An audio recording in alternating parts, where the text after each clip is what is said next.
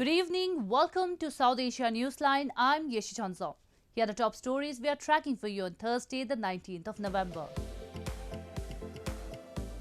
4 terrorists neutralized in gunfight with security forces in India, Jammu and Kashmir.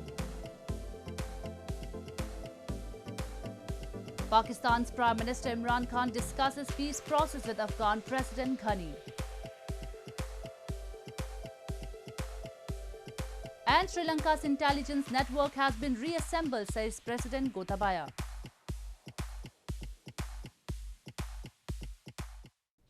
And now for all the details. 4 suspected Jaish-e-Mohammed terrorists who were hiding in a truck were killed in an encounter with security forces near Nagrota town in India's Jammu and Kashmir on Thursday morning. According to the police, it is likely that the terrorists were planning a big attack and that they were headed towards the Kashmir Valley. Indian security forces killed 4 terrorists in Jammu region of India's northern Jammu and Kashmir territory on Thursday.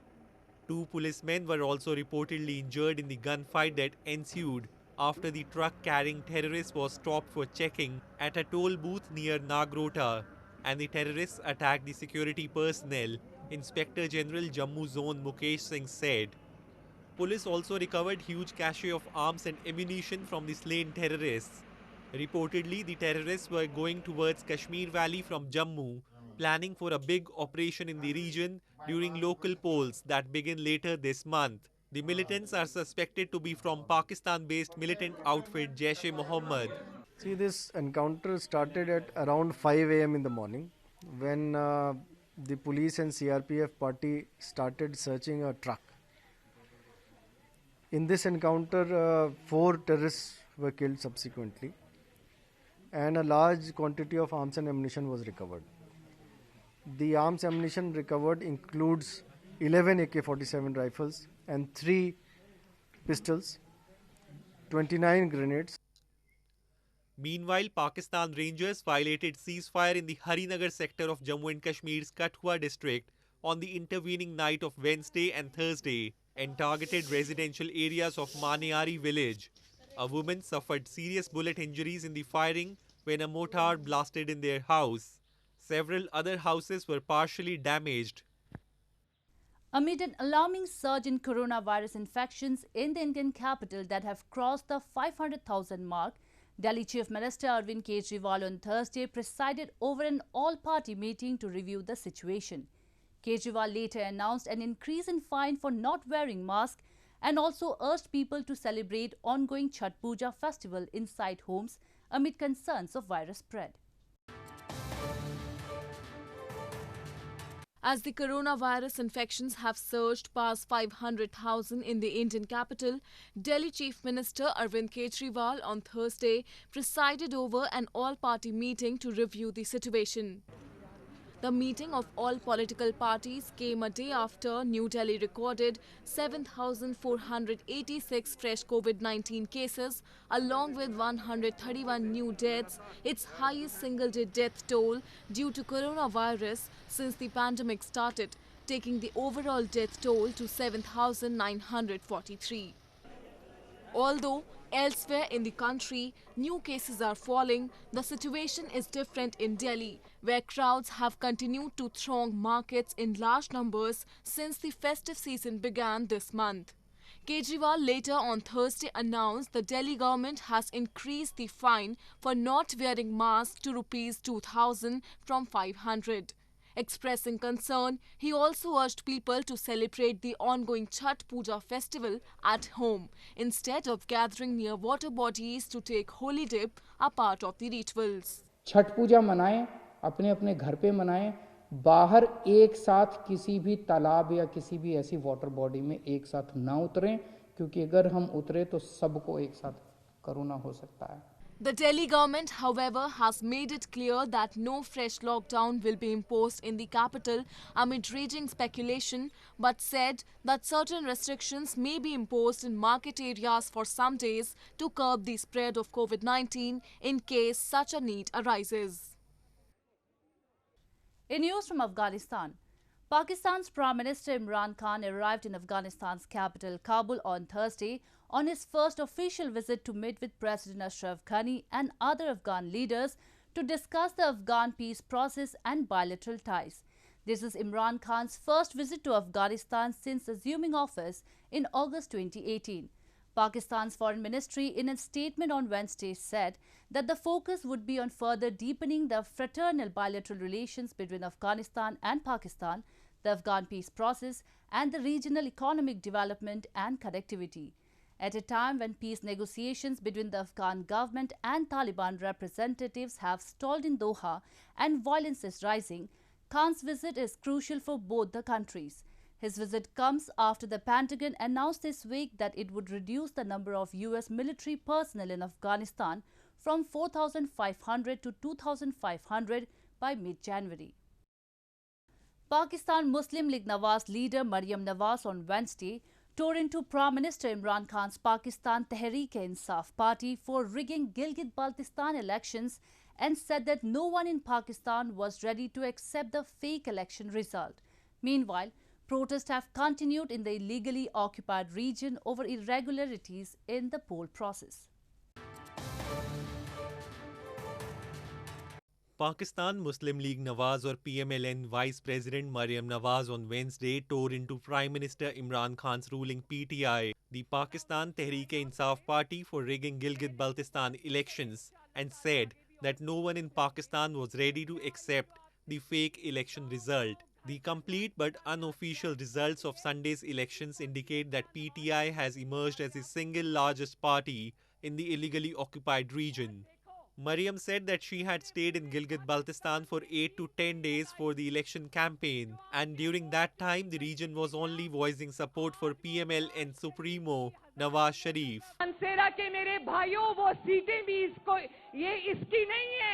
वो सीटें भी मुस्लिम league नून के तोड़े हुए उम्मीदवारों की मरहूने मिन्नत है.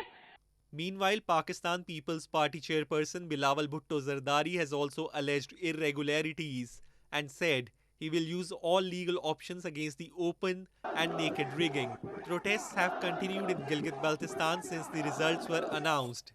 The elections were held despite protests by people of Gilgit-Baltistan against Pakistan's illegal occupation of the region. In news from Sri Lanka, Sri Lankan President Gotabaya Rajapaksa has said he has delivered on a key election promise to rebuild the island nation's intelligence network in the years since assuming office. The former wartime defense chief won the presidency after promising to end the spread of Islamist extremism in Sri Lanka following the deadly Easter Sunday bombings in 2019. Sri Lankan President Gotabaya Rajapaksa in a televised address on Wednesday said he had delivered on a key election promise, that is to rebuild the island nation's intelligence network in the years since assuming office. The former wartime defense chief won the presidency after promising to end the spread of Islamist extremism in the country following the deadly Easter Sunday bombings in April 2019 that killed more than 250 people. බලයට පත් වූ පසු රටේ ආරක්ෂක අංශවලට සුදුසු නිලධාරීන් පත්කොට ඔවුන්ගේ වගකීම් නොපිරිහෙලා ඉටු කරන්නට බලය ලබා දුන්නා. කඩාවැටී තිබූ බුද්ධියංශ ප්‍රතිව්‍යුහගත කොට ඒවා යලි පනගන්වන්නට කටයුතු කළා. ඒ අනුව මොනම ආකාරයේ හෝ අන්තවාදයකට යලි හිස එසවීමට ඇති ඉඩකඩ අපි පාලනය කර තිබෙනවා. Gotabaya is the younger brother of current Sri Lankan Prime Minister and former President Mahinda Rajapaksa, and the two led the country to victory against separatist Tamil rebels a decade ago after a 26-year civil war. Immensely popular among Sri Lanka's Sinhala Buddhist majority, Gotabaya himself has been accused of war crimes, but he has denied the allegations. Human rights groups have expressed fears of a surge in Buddhist nationalism and violation of fundamental rights under his administration. Moving on to news from Nepal.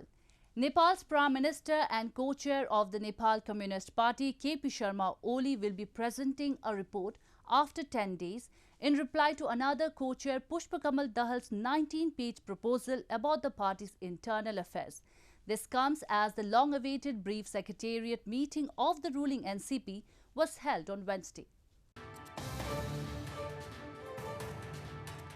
Nepal's Prime Minister and co-chair of the Nepal Communist Party, KP Sharma Oli, will be presenting a report after 10 days in reply to his party co-chair Pushpa Kamal Dahal's 19-page proposal about their party's internal affairs.